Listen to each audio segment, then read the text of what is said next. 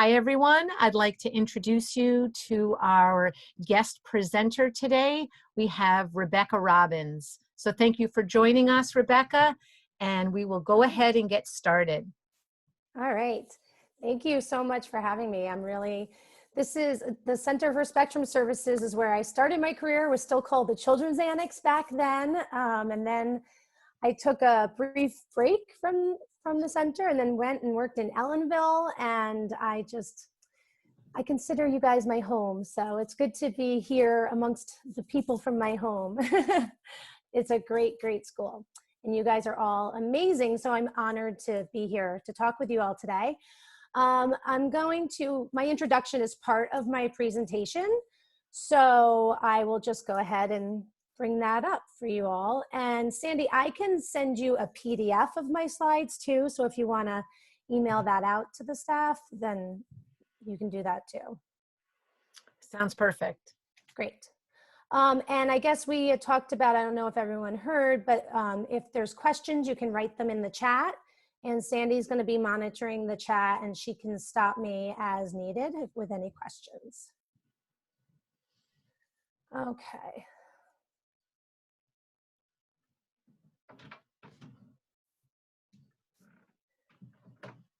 Alrighty, so can everybody see my screen okay?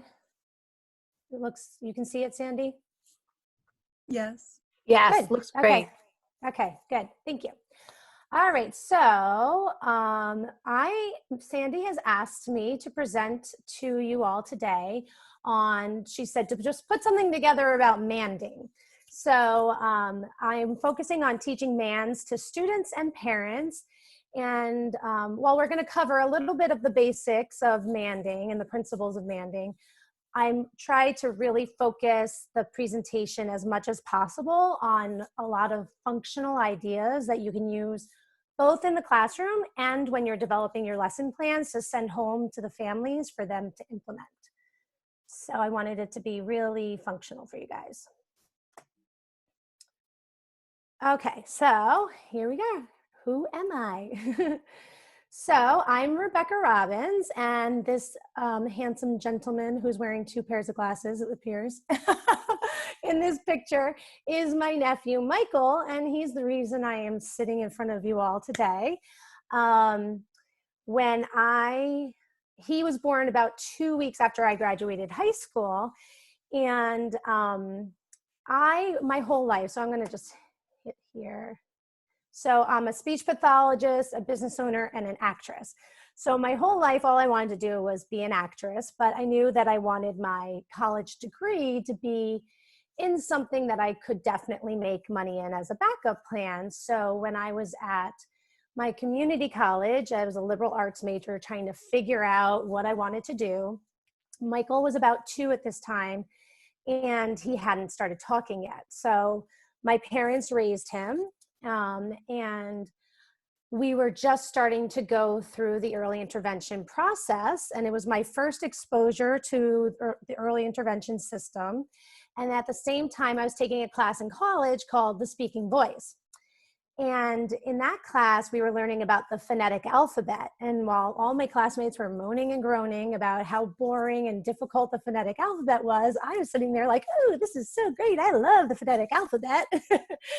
And that's when I learned about the field of speech language pathology at the same time that Michael started getting speech therapy through the early intervention program. And it just clicked. I knew that the first time my family would hear Michael speak and say his first sentence would mean the world to us. And that if I could do that for another family, then my life will have meant something.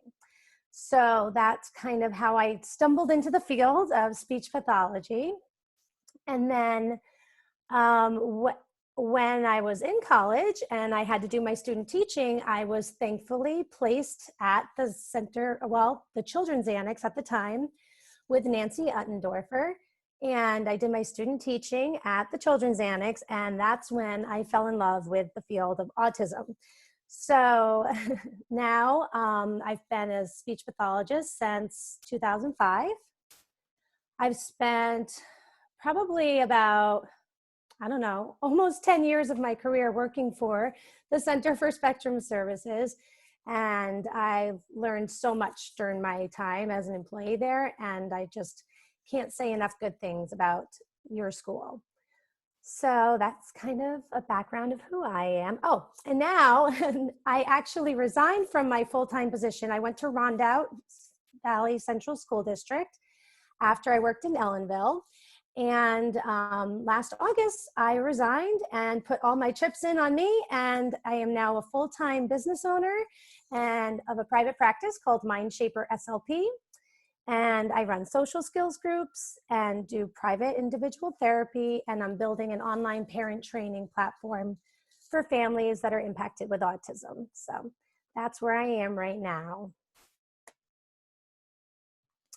So for today, we are going to be focusing on manding.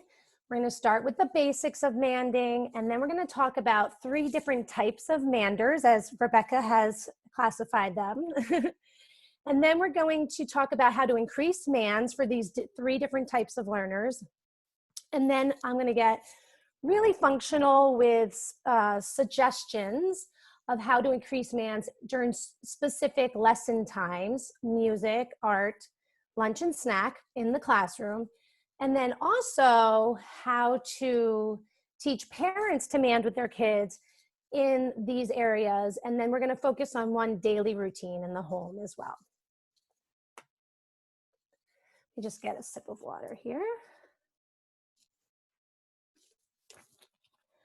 All right, so now we're going to go back to basics, and and it's like, oh, not again. We know the basics of manding, Rebecca, but I think it's really important for us to always start there because number one, it's always a good reminder, even for me, when I make a presentation like this, or if I create a new material for my business or whatever, one of my students, it's always a good reminder to go back to the basics. And then number two, we really do need to be so firm and crystal clear on what the basics of manding are so that we can clearly teach it to the parents how to do it with their child. Because we've been so exposed and so trained in how to mand with our students that sometimes we can take for granted the things that we once had to learn and get trained in, that the parents need to learn and get trained in. So we really need to make sure that we are clearly communicating the basic fundamental principles of manding to the parents and keeping it really crystal clear for them so that they can feel successful in working with their child. So when we are teaching parents, we want to keep in mind to keep it simple, silly, and I'm going to make it silly and not stupid like we all know because I like to keep it positive, but we're going to keep it simple, silly. So, and that basically is just what it says. We want to keep our communication and our instructions as simple and clear as possible.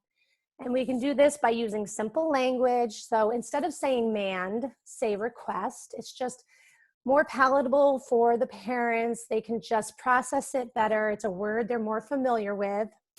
You can, of course, say the word mand to them here and there so that they get used to hearing it, but request is going to land better for them. You're going to give clear and simple directions, provide examples and or analogies whenever possible, and you'll see that I'm going to be doing that in my presentation today. I make a really big analogy, and I used it to structure basically my whole presentation. So you'll see that coming up.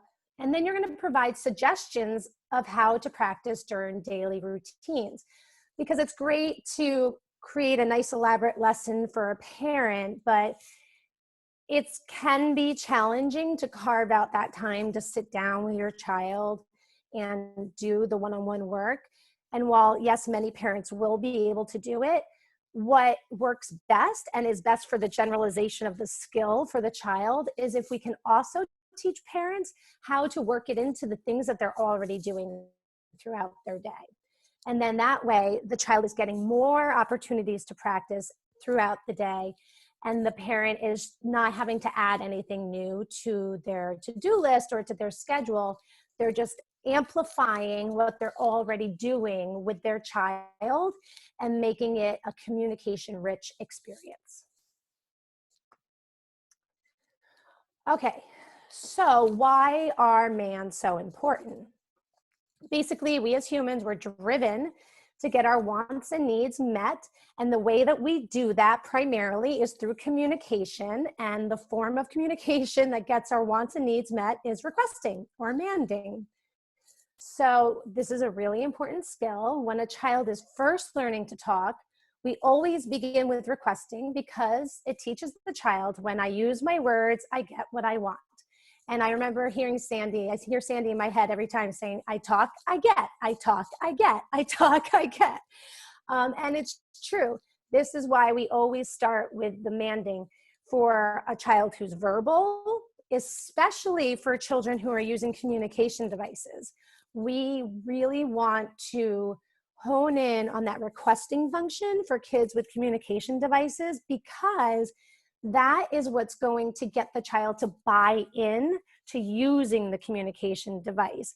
And also a lot now, our communication devices are on iPads. So yes, we have a guided access feature that basically enables us to restrict the child from leaving the communication app. But ideally, we want that child to be so motivated to use that communication app because he knows that that's the way that he or she gets what he wants, that we don't even need that guided access because he wants that communication app on his iPad because he knows when he uses it, he's going to get what he or she wants. And requests are the way to do that. They're very powerful. This is just another way of saying the same thing. It teaches the child that he or she can control the environment and the people in it with his or her words. And it increases the child's internal motivation to talk, which is the most powerful type of motivation that will drive behavior. So we can motivate a child to do something by pairing it with some sort of external reinforcer, right? We're all trained in behavioral teaching principles. But when a child is talking because they just are driven within themselves to talk, there's nothing that can trump that level of motivation. And it's the hardest to place to get our children at, especially the kids we work with. But once we're able to do that, it really is magical what happens in terms of unlocking communication potential. And requests are really the best way to access that internal motivation. So this is going to be especially important when you're talking to parents. I find that so many parents get very confused about the difference between their child asking for what they want or their child just labeling something. And so I find that the easiest way to communicate this to someone as to whether they're asking their child to mand or to tact is based on what question you're asking the child. So if you're asking the child to mand, you're asking, what do you want? If you're asking the child to tact, you're saying, what's this? So if you can communicate that to parents, that might help it be really clear the difference between what do you want and what's this is a mand and a tact. The difference between a mand and a tact is one's asking what do you want and the other is what's this. And you guys can feel free, like I said, I'm going to be sending the PDF to Sandy of the printout of the slides. So you can feel free to really just utilize the specific language that I'm using here in this presentation on your lesson plans to use with your parents. I've designed this for you guys to use. So then we have the hierarchy of MANs. So first, there's requesting desired items or actions. So these are like the reinforcers, the thing that your child or your student is really, really motivated to get. So that's going to be the easiest level of request to teach any person because it's selfishly motivated. You're requesting because you really want to get what it is that the other person has. And then the next step above that is to request missing items needed to complete a task. So this is a little bit more challenging because, especially for our students, like if you think about a child in art, and if you give him all of the materials for the art project, but you withhold the scissors and the glue, but they're not really motivated by doing art, you're gonna have a hard time motivating them to ask for the scissors and glue because they could probably care less about the art project, right? So that's why requesting needed items to complete a task is a higher level than requesting desired items, because it's just less driven by that motivation to get reinforcement. And then above that is requesting information. And we do this by asking questions. So you all know from working with the students that by the time we're working with a child on asking questions, they're usually progressing pretty nicely with their communication skills at that point. And they're probably getting close to being like a level 3 learner on the VB map. So it's just a higher level language skill to request information by asking questions. And then above that is requesting attention. So that's like calling someone's name or asking someone to pay attention to a behavior that the child is performing. So these are just important to keep in mind to know, the student that you're asking to request, and B, the type of request that you're asking them to make. So if you have a child, like I said, those number 3 and 4 are more the level 3 learners. So if you have, and then requesting missing items is probably more for a level 2 learner on the VB map, and requesting desired items or actions are really where our level 1 learners are at. So if you have a level 1 learner who you want to request a missing or needed item for a task, whether it's art or at lunchtime they need a fork, you're going to keep in mind that, okay, so this requesting task is at a level that's a little bit higher than where he or she is currently functioning. So that means I'm going to have to give a little more support in this child being able to make that type of request. So that's one way how it's important to know the different hierarchies of these requests.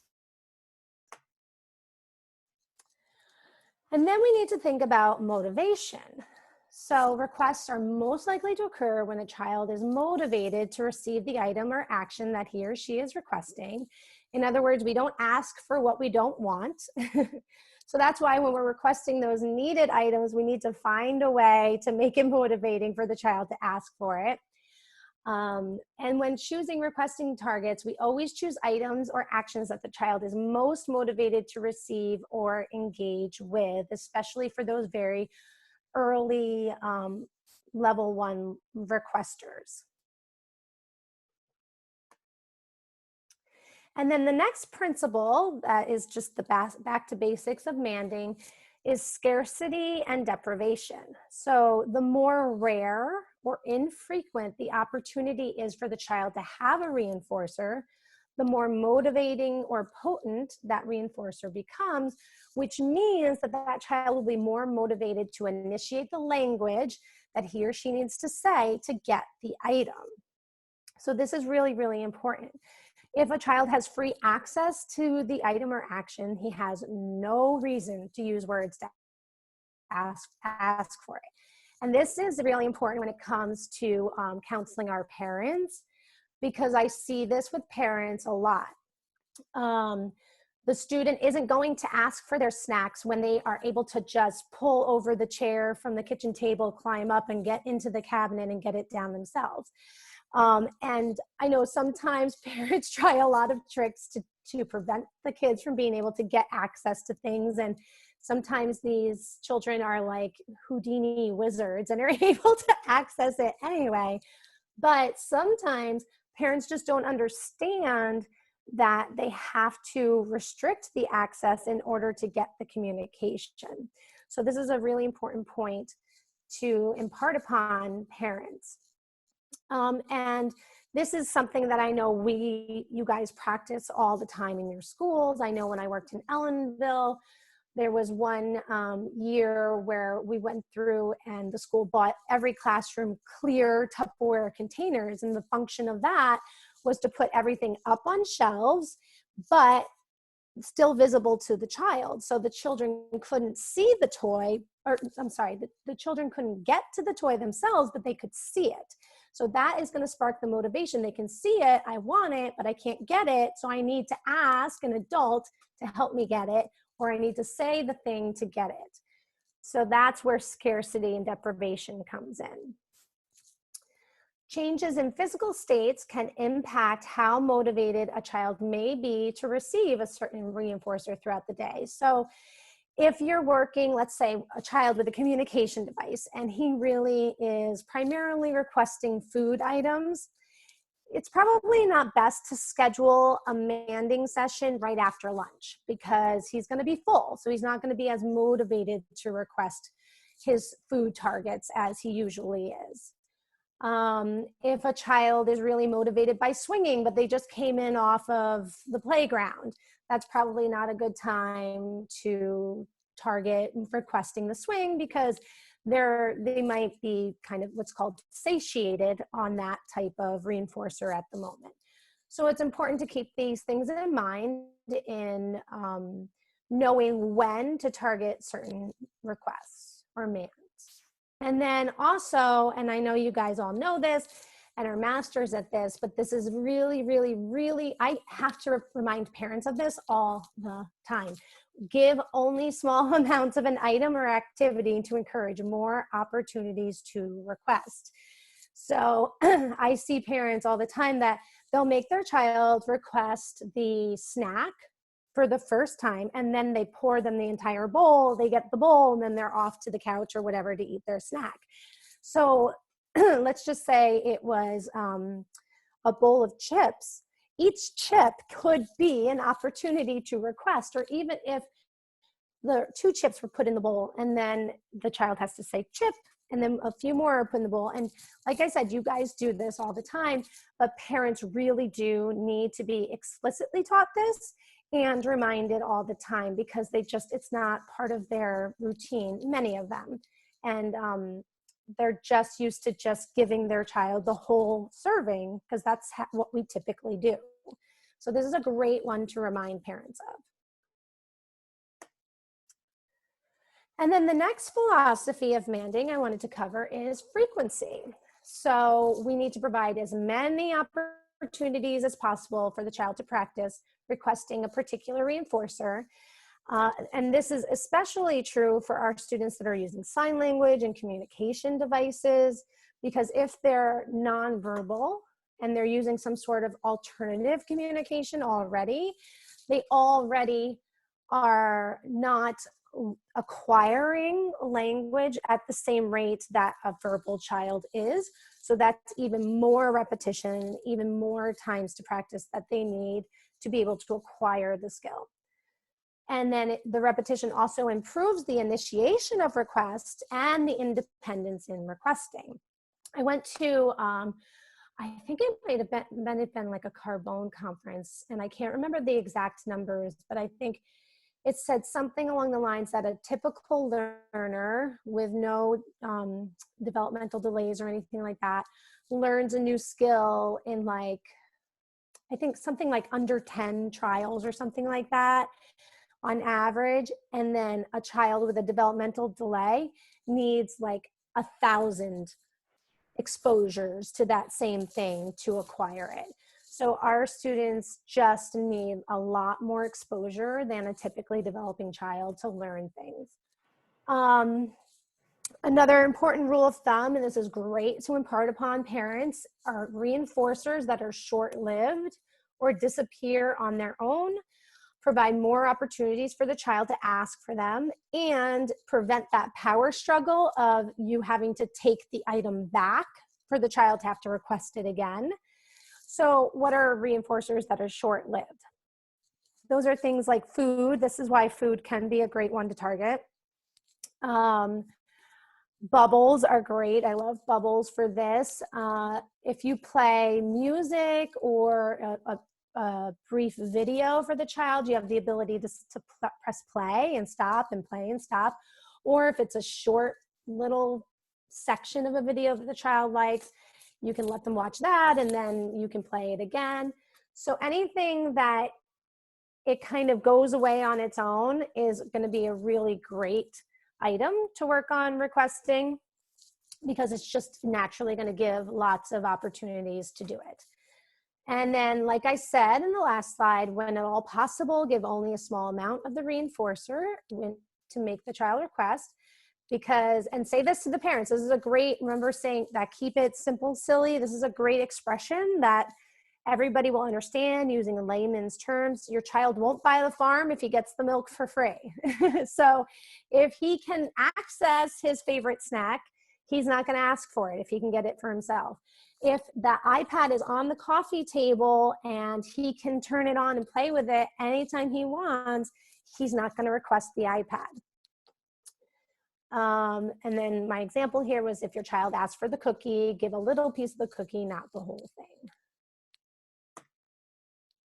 Okay, so then we're going to move into the 3 types of manders. And I just want to make sure, do we have any questions or anything, Sandy?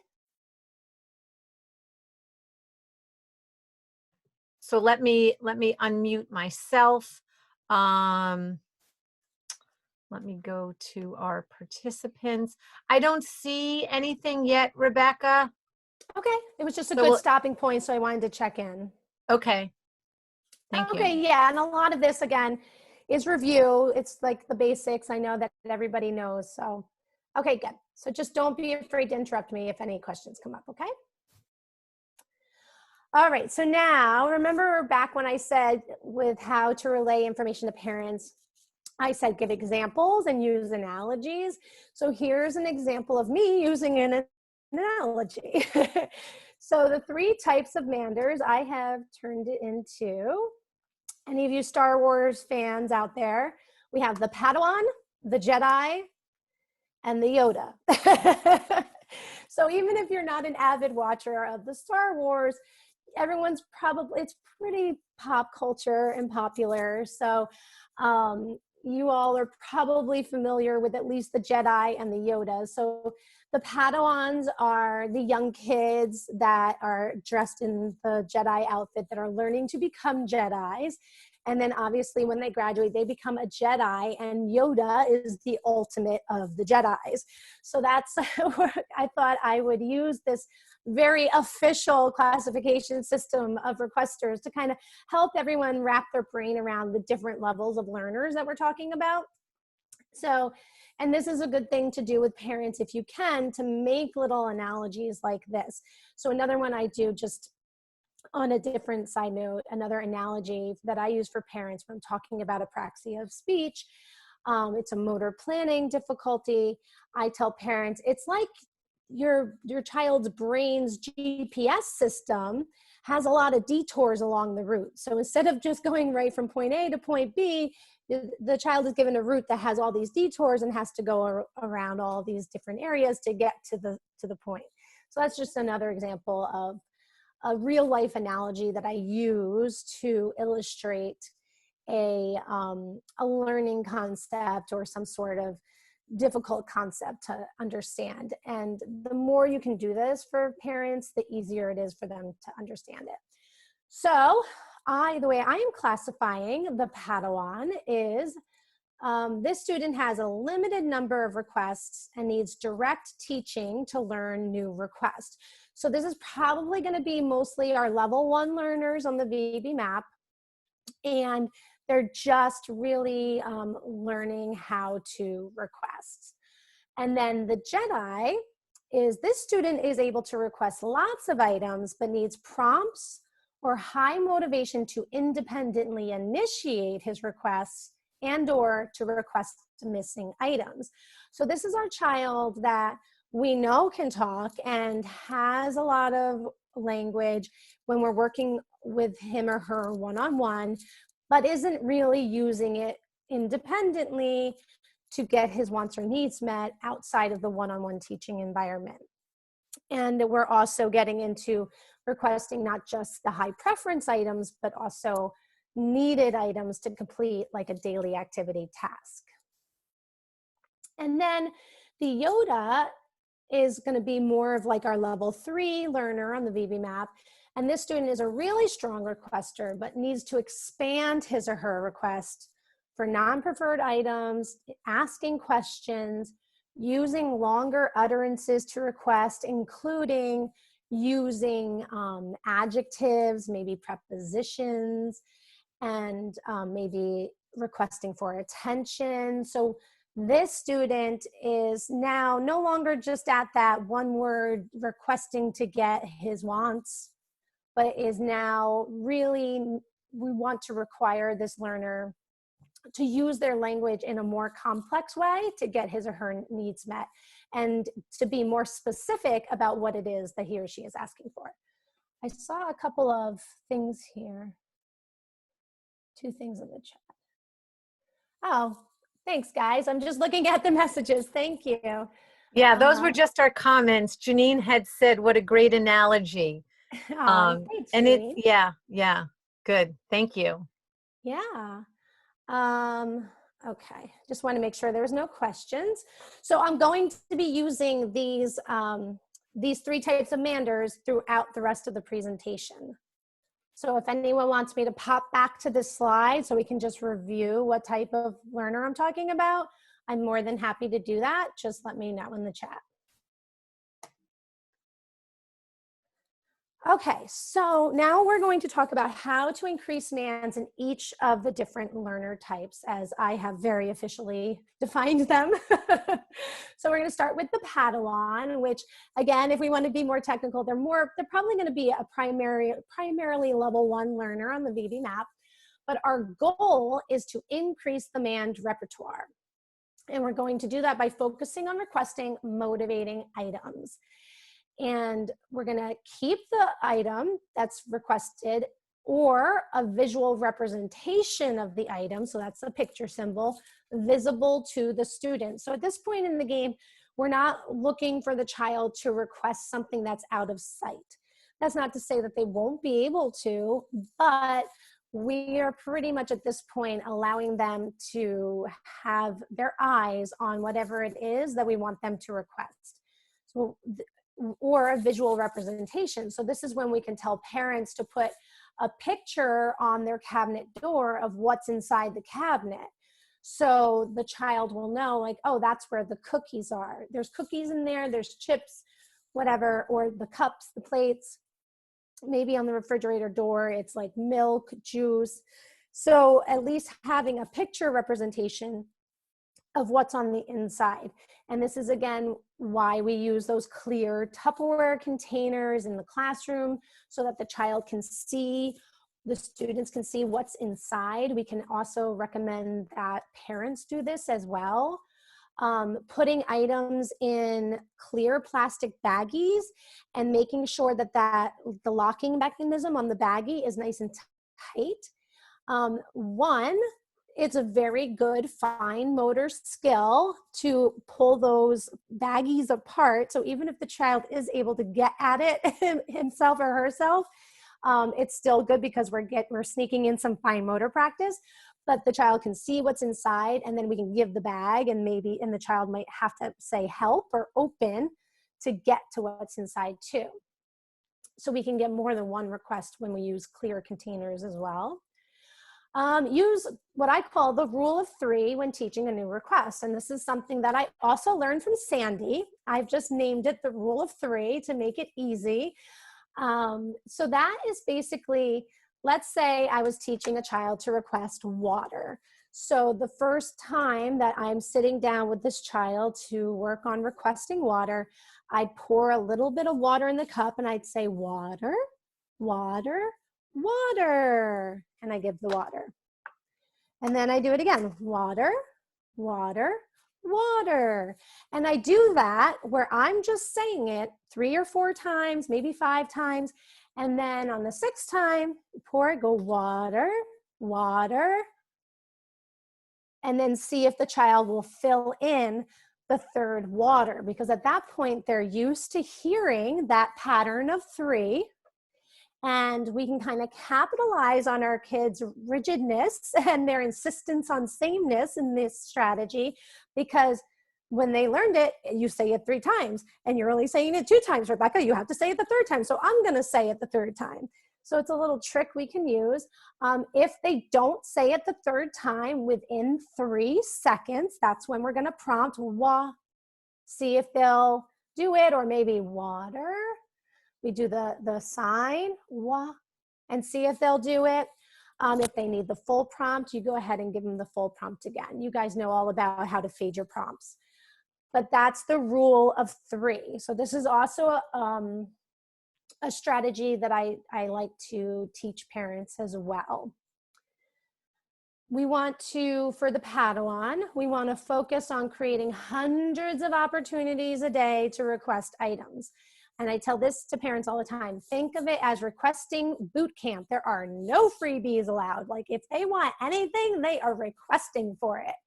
And I like to use that term, requesting boot camp, because it really does encapsulate what I want the parent to do, to be really rigid in the sense that I'm not going to give this child anything that they don't ask for, because that's what these Padawans need. They need that repeated opportunity to practice. And then to increase motivation to request needed items for the Padawan, we can deliver the item in a fun and silly way. So I'm going to get into this a little bit more when we talk about the specific lesson areas and how to encourage requests in the different lesson areas, specifically art. But let's talk about art for a moment. So let's say the child needs to request glue to complete their art activity. So maybe when you prompt them to request glue, when you give it to them, you fly it in like an airplane, like, and they get the glue and they think that's really funny. So now they're motivated to get the glue because they think it's really funny the way you give it to them. They're not necessarily motivated to get the glue because they can't wait to put the art project together, but they're motivated because of the silly interaction that happens when you deliver it to them. So that's another way to kind of get that internal motivation happening for non-preferred items, specifically for the Padawan, but of course it would work for any learner. And then we have the increasing demands for the Jedi. So again, these are going to be primarily our level 2 learners. They can request, they have the ability to request a lot of things, but they're not necessarily utilizing this ability. I'm sorry, guys. Don't look at my email that just popped up. Hold on here.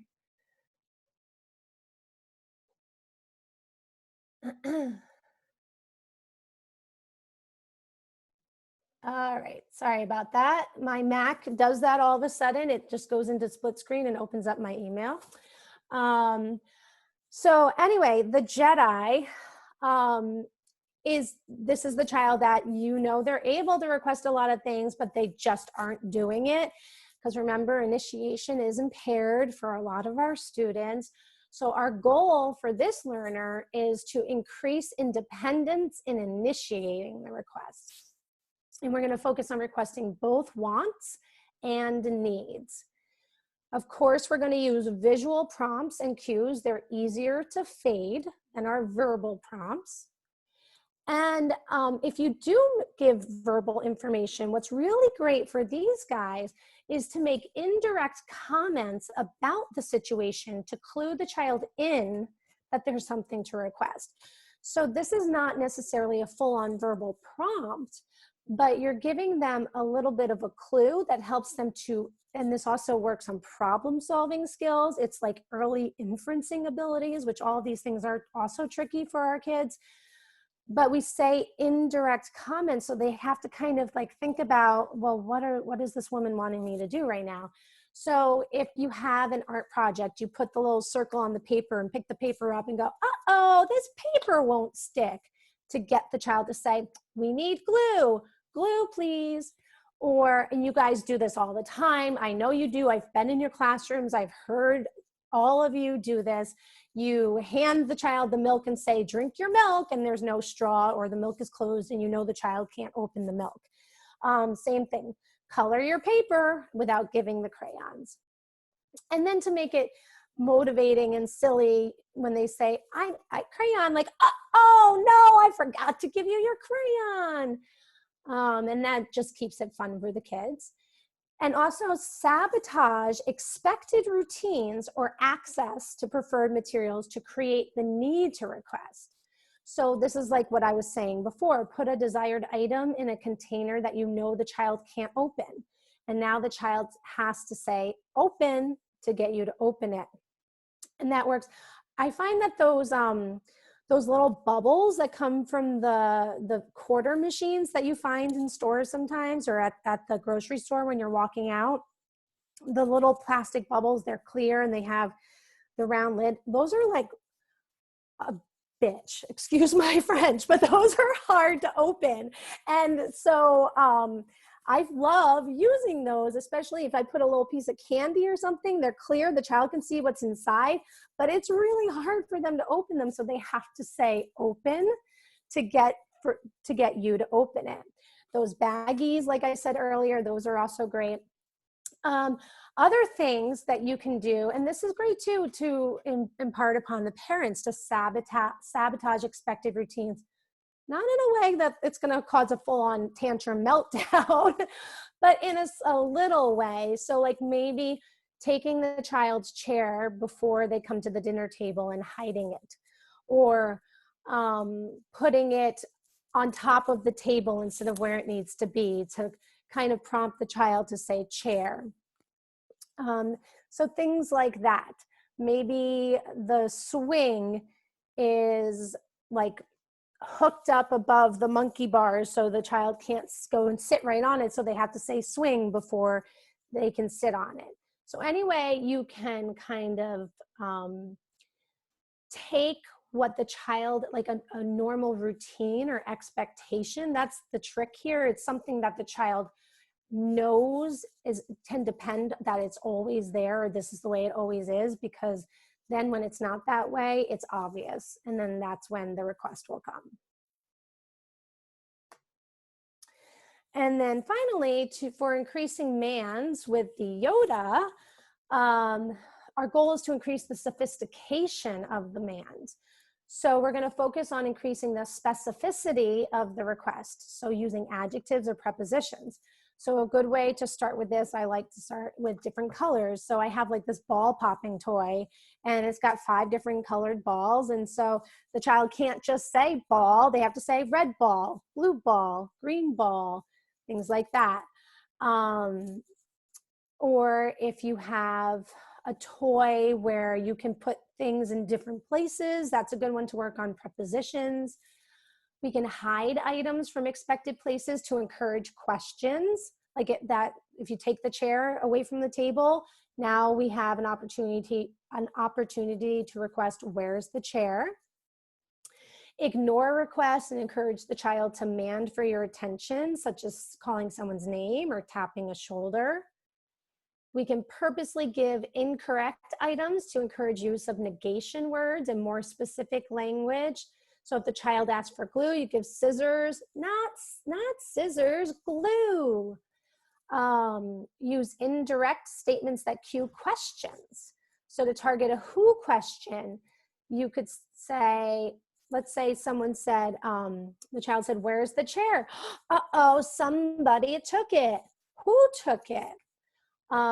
This is a game I love playing. You take a box and you shake it. There's something in there, and then you teach the child to say, what's in the box? And then we open it and find out what's inside. I think that's a game that Nancy Uttendorfer taught me years and years ago. It's a great one.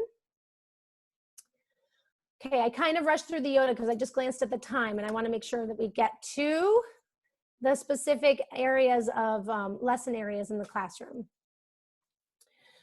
So just general tips for increasing MANS during art in the classroom.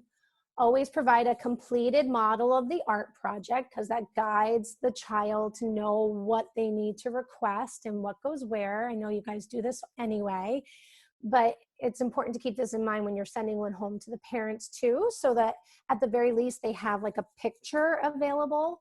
I'm going to get into that later. Withhold materials needed to complete the project. Like I said earlier, don't give away the farm for free.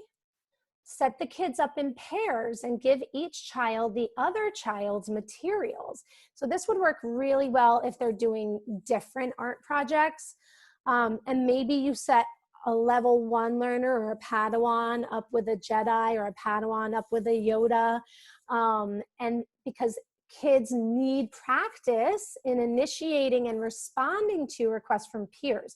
So what you'll notice, I'm sure, with a lot of your students is even ones that are pretty verbal, they might still have a hard time responding to when a peer asks them for something. So this is a great thing for us to work on, especially with the Jedis and Yodas. And then, oops, there we go. We're gonna hide the materials. You can hide the materials in little boxes or containers to make it more engaging to request the needed materials. So this would be good for the Jedis and the Yodas. So like maybe the glue, you have a bunch of materials hidden in little boxes, but they don't know which one it is. So maybe there's like a blue box, a red box, or whatever, or cups, whatever. And so the child can say, I need glue. Oh, where do you think it is? The red cup. Look in the red cup. Nope, that's the scissors. So it's just a way to encourage more requests than just glue, please, and then you hand the glue. Like I said earlier, you can deliver the materials in a silly way. This is a great way to get those Padawans motivated for needed items. Give the wrong item so that the child has to say, no, not the glue, I want the scissors. Have different options of needed materials. So different kinds of glue. We have a glue stick, maybe Elmer's glue, a bowl of glue with a paintbrush. And so the child can be specific. I want glue stick. I want bottle of glue. I want the bowl of glue. Different colored scissors, different mediums of the same color. So the child can't say red because there's a red crayon, there's a red marker, and there's red paint. They have to say red crayon or red marker, red paint. So these are all ways to get, especially for the Yodas and the Jedis, to get them to expand their requests to be more specific. And if we're talking about MANs during art at home, just general rules of thumb, advise the parents to sit straight across from their child and to be the keeper of all the materials. This is very important. We want to remind the parents that you are the keeper of all the materials. And sitting directly across from the child gives the best opportunity to visually present the materials needed for the project so that the child can request them. It's best if they're seated at a table that's the appropriate size for the child so that the child can at least have their feet planted firmly on something. If they're at a larger table, maybe tell them to put a stool or something for the child to put their feet on. I know all the OTs and PTs will agree with this because that gives more stability. And it just helps our children to perform better when they're sitting stable in their seat. And then be sure to provide the parent with a photo of the completed project and make sure you tell them to keep the photo visible to your child while making the project. That's an important step because they might not know that that's an important thing to do. And then remind the parent that once they give a material to the child that they take it back so that there's another opportunity for the child to request. So specifically, when we're giving the parents tips for art at home with the Padawans, again, tell the parent to hold up the item to be requested so that it can be seen. And then if the child doesn't request it independently within 3 seconds, we're going to give the model for the child to imitate. This is a good time to use the rule of 3 again and encourage them to deliver the items in a fun and engaging way so that the child will maintain their attention and motivation, especially during art, because we know that fine motor is so challenging for so many of our kids that art isn't always their favorite activity. And we don't want this to be a very challenging thing for the parents or a behavior struggle for them. So encourage them to keep it fun and engaging by like giving them specific suggestions of deliver the glue like an airplane today, or deliver the scissors like a choo-choo train, choo-choo, or whatever.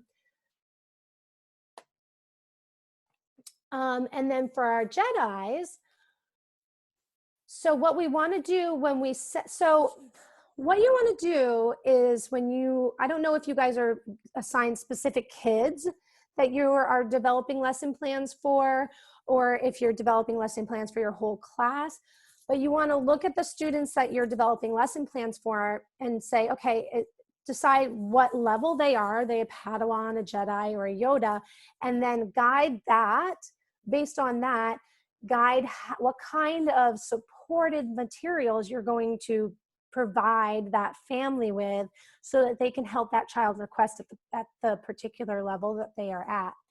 So for the Jedis, we're going to provide visual cues of the needed items to target requesting missing items. So we're going to like maybe keep all of the materials in a shoebox, like under the table, so that the kid can't see it, but they have all the pictures of the glue, the scissors, and all of that in their sight line so that they know the options that are available but don't have the necessary materials, and that will help them initiate the request, the child to initiate the request.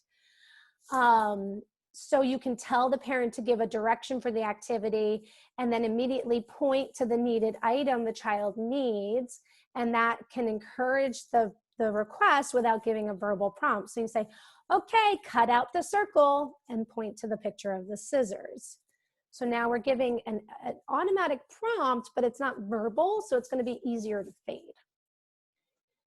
And then we can also tell the parent to make indirect comments rather than telling the child specifically, and this is for the Jedis, rather than telling the child specifically the request, we were going to make indirect comments like the circle won't stick to the paper, hold up the paper and be like, oh no, I don't know how to cut this out, scissors. Uh-oh, that square is white, it needs to be red. So things like that to encourage the child to initiate requests that we know he or she can make. He just needs help initiating them. And then for the Yodas, we're going to be focusing on harder level requests. So provide a visual cue for the parent that says, where is the, with an empty box, and or a line drawn on it, and instruct the parent to hide the materials so that you could say to the child, okay, glue it on, and the child has to say, where is the glue? And you can still provide those visual cues for the needed materials too, because the parent can put that on the written cue of where is the X. And that's a good way of targeting where questions during an art project. You can instruct the parent to hide the materials in different household objects that are lined up on the table. So maybe there's like a Solo cup and then a bowl, some boxes or bags you can't see through. And you say, okay, we need to cut out the circle. Where is the scissors? I don't know. Where do you think it is? Maybe it's in the bowl. And then the child can look in the bowl. No, it's not there. Then they can say, where are the scissors? Maybe it's in the box. So that's just another way to encourage the where is the X question. And then, so the parent would provide the direction. So in the instructions that you're writing to the parent, you're telling them that they give the direction of how to complete that step in the art project, and then they help the child ask the where is the X question. If we want to target gaining attention, provide a written cue for the parents of the words mommy or daddy, and then tell the parent to turn sideways in their chair and ignore the request coming from the student. And if they're not saying mommy or daddy on their own, the parent holds up the cue and points to it. Mommy, oh yes. And maybe they might need the verbal cue, at least initially, and make sure you tell the parents that it's okay to give them the verbal model initially and then try to fade it, especially when we're teaching them the visual cue at first. But that's a great way to target gaining attention. And just a side note, I would pick I have another slide about for the Yodas as well. I would just pick like one of these targets for one particular art project. So maybe this art project, we're also going to target where questions. And then another art project today, we're also going to target gaining attention while we do our art project. I wouldn't target all of these at once, but just pick one for a particular project and go with that. If we want to target using adjective phrases, we can pick an art activity that has many of the same items, but different shapes, colors, or sizes. So maybe there's an art project where you make something and every single shape is a square, but they're different colored squares and there's different sized squares, or maybe everything's the same color, but they're different shapes. So now the child can't just say square or can't just say red. They have to say red square, red circle, or blue circle, a purple square, things like that. The big square, little square. You can focus different adjectives to focus on what could be big, medium, and little, long versus short, shapes and colors. These are all basic adjectives that are good to target in adjective phrases to expand a Yoda's request. And then you want to, of course, provide the visual cue to prompt the adjective phrase that goes with the project. And that might be in the form of a board, a communication board that has like the written phrase at the end, or maybe just like 2 empty boxes I find are good, so that it's maybe like, so maybe you have a grid of all the different colors and then there's 2 empty boxes at the top, and you can prompt the parent to point blue scissors or blue circle. And they can actually put the piece that's going to be requested in the second box. And then the first box is the adjective that's going to be filled in, and that's what the communication board will help them with, or the visual cues.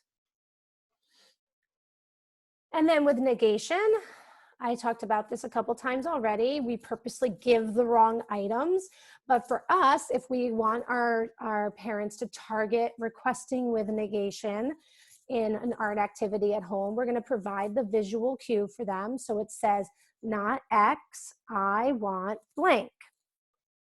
And that will help them request with a longer phrase, and then have the parent use the visual cue as the prompt.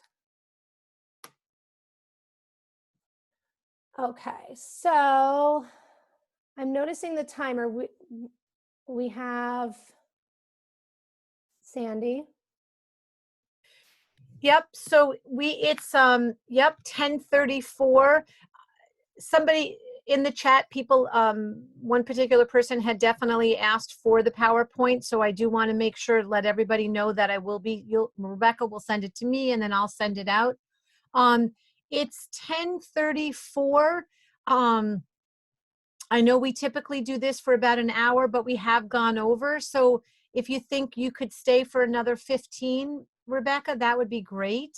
Yeah, I'm fine to keep going. I just wanted Okay. to be respectful of everyone's time. Yeah. Good stuff. So thank you. Okay, good. Okay. I'm a speech pathologist, so of course I always go over with this kind of stuff. I always have more to say than the time allots. So now we're going to move into mands during music. And I know that a lot of these you guys probably already employ, but maybe they're just good reminders. Or you can, well, I'm going to tell you how to include it in the lesson plans with the parents. So providing a choice board of song options at the beginning of the music lesson, and then have the students request which song they want, to pick the order of the songs for the day, is instead of just kind of going through and singing the different songs, they can kind of set up the schedule for music that day is one way. You can get some requests. You can, with certain songs like Old MacDonald or Wheels on the Bus, where there's, if you're not singing it to a CD where it's already predetermined, You can have the kids request the order of the different animals that we sing about in the farm, or the order of the different things on the bus that we sing about before you sing the song. When I know you guys have students pass out instruments, so instead of the student just giving the instrument to another student, the receiving student has to ask for the particular instrument that he or she wants. And then that is a good opportunity for the kids to respond, to practice initiating and responding with their peers for requesting. You can purposely put the song on a super low volume so that the kids can request turn it up, I can't hear it, things like that. And you can keep doing that throughout the song, and kids actually think that this is a fun, silly game a lot of times. Sometimes kids, there are certain kids that don't like it and they get upset by it, just like forewarn you.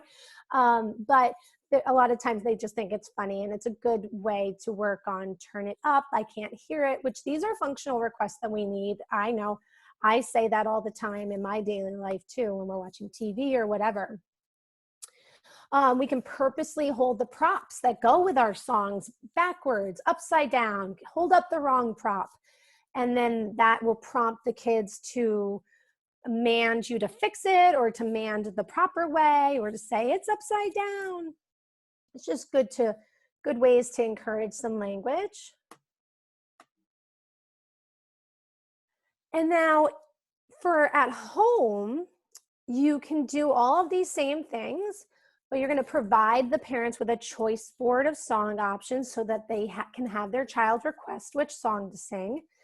You can provide picture cues for the different lyrics within a song, like with songs like Wheels on the Bus or Old MacDonald, things that you can be flexible with the order so that the child can request while they're singing together. Tell the parents to play a freeze dance game where they keep pausing the music so their child can request go, press play, music on. There's a lot of different words that can be requested.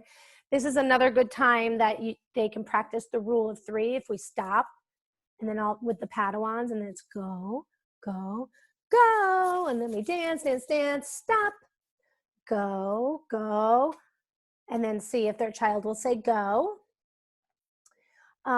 Again, tell parents to put the song on a super low volume and encourage their child to say, turn it up, I can't hear it. Keep that going throughout the song.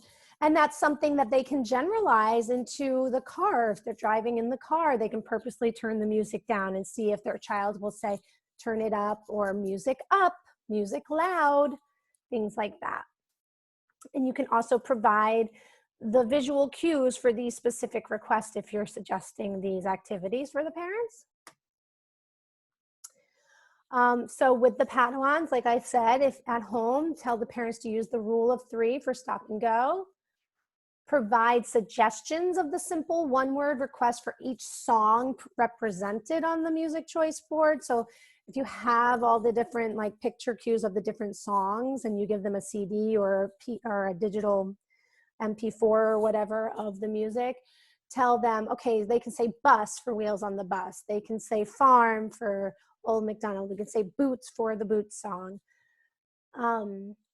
Again, that's something that we might take for granted. That might be obvious, but I think the parents would appreciate the specificity and the direction. And then within the song, you can have the parent present 2 picture cues so that the child can request which one to do next, and they have a choice of 2. And this is good for our nonverbal kids too, because they could just point to the one they want, and pointing is a form of requesting. And sometimes making a choice between 2 things is a goal for some of our students. So that's important to keep in mind too. For the Jedis, provide a blank schedule of songs so that the child can fill in by requesting from the choice board, and the mom can either write it on, or maybe the choice board is, I don't know if you guys are just sending everything electronically probably, but they can use tape or whatever to tape it on, or they can write it. Instruct the parent to pause the music during key parts of the song so that the child can request what should come next. Use visual cues as needed to prompt the request because, again, the visual cues are easier to fade. And for the Yodas, if we want to target adjectives by playing with the volume button, play it loud, make it quiet, so they can actually, once they get used to this fun volume game, they can actually decide how mommy plays the music. Or maybe if you're singing the song and it doesn't go with the CD, sing it fast, sing it slow. So those are all good ways to bring in some adjectives into the mix. This is another time we can instruct our parents to hold up the wrong props that go with the song so that the child can say, not that one, you need the wipers, not the horn. We can set the song schedule and purposely play the wrong song so that the child can request to change it to the correct song. So that's where that starting with them making the schedule at the beginning can be helpful. And then we're going to get into manding during lunch or snack in the classroom. So we know that food is a great thing to work on requesting. So many of our kids are motivated by food. We definitely don't want to teach our kids to request more. Rather, instead, we want them to request the specific label of the food. And this is very important to impart upon the parents that we're not going to teach our children to request more. While we're working on requesting food, we want them to request the actual food itself.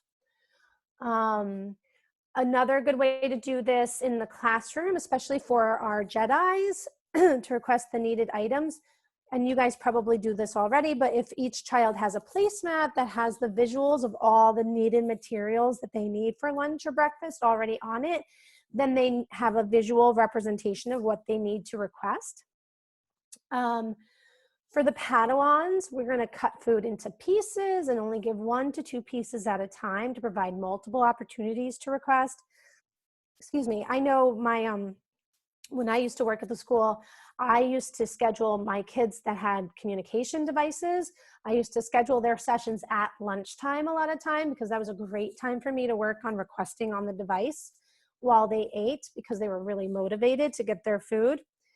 So it was a really great time to capitalize on that, and especially snack time because the child might not be as hungry or they don't have as much food to eat. So it's okay if it takes a little bit longer for them to get through it. For the Jedis, we can purposely forget to give needed utensils, which I know you guys do this too all the time. We give them the milk unopened with no straw, so they need to request open milk, straw please, give them the ice cream with no spoon, things like that. For the Yodas, see if you have the ability to set the Yodas up once we're back in the classroom setting at their own separate little table and do like a cafe style table, and they can serve family style. And so this encourages, typical table manners while we're sitting at the table, and encourage requests from the other peers for the food that they want to eat. And it's also a great way to promote conversation between the kids that are a little more conversational, because in real life, mealtime is typically a time that we socialize as well as eat. And then at home, I gave us, instead of focusing on mealtime in the home, this is the last slide, I gave you suggestions of how to tell parents to incorporate manding during bath time, because bath time is such a great opportunity to work on language. The kids are in water. It's a sensory experience that is really primes them for communication. A lot of our kids love being in water, and it tends to be the time that they are more vocal because maybe they're having their sensory needs met in a better way. And when their body is more regulated, they're able to focus more on communicating. So this is a great routine for our parents to capitalize on. Encourage the parents to use kitchen or sand tools in the bath for fun water play. You guys know what these are. It's funnels, strainers, slotted spoons, basting syringe, cups, measuring cups, and then encourage requests like pour, water, dump, go, spray. So with the basting syringe, the parent can suck the water up and then spray the child, and the child can either say go to get sprayed if it's more of like a Padawan. But if we're talking with more of like a Jedi or a Yoda, maybe they can say spray. That's a good thing. I used to do this with my nephews when they were growing up, and I would do bath time with them, and they absolutely loved this game. We would take a wet washcloth, and I'd literally throw it against the wall, and it only sticks for about like a few seconds, and then it falls down, and it's really funny. They thought it was hysterical. So with that sort of a game, you can get requests like throw, go. Again, you can tell the parents to use the rule of 3 when we're doing it. You can have different color washcloths, so we can incorporate adjectives. Throw red one, throw blue one, things like that. If there's a bunch of bath toys, you can encourage the parents to have their child request each bath toy they want before giving it to them, rather than just dumping the whole kit and caboodle in, which I'm sure is what the normal routine is right now. You can try drawing on the wall if they have dry erase markers, and they will wipe off really easily, and encourage requests that way. You can get requests for different color markers or requests to draw certain images. That could be a fun thing, especially for our Jedis or our Yodas. That could be a fun game if the parents are game for it. Or playing peekaboo games with the washcloth, or using the shower curtain. And then you can get requests like hide, where's mommy, boo, etc. And I think that is the end. Oh, that was great. Oh, good. Thank you. I'm glad. So many good suggestions, Rebecca. I just wrote down dry erasers in the bathtub. Who would have thought dry erase markers in the bathtub?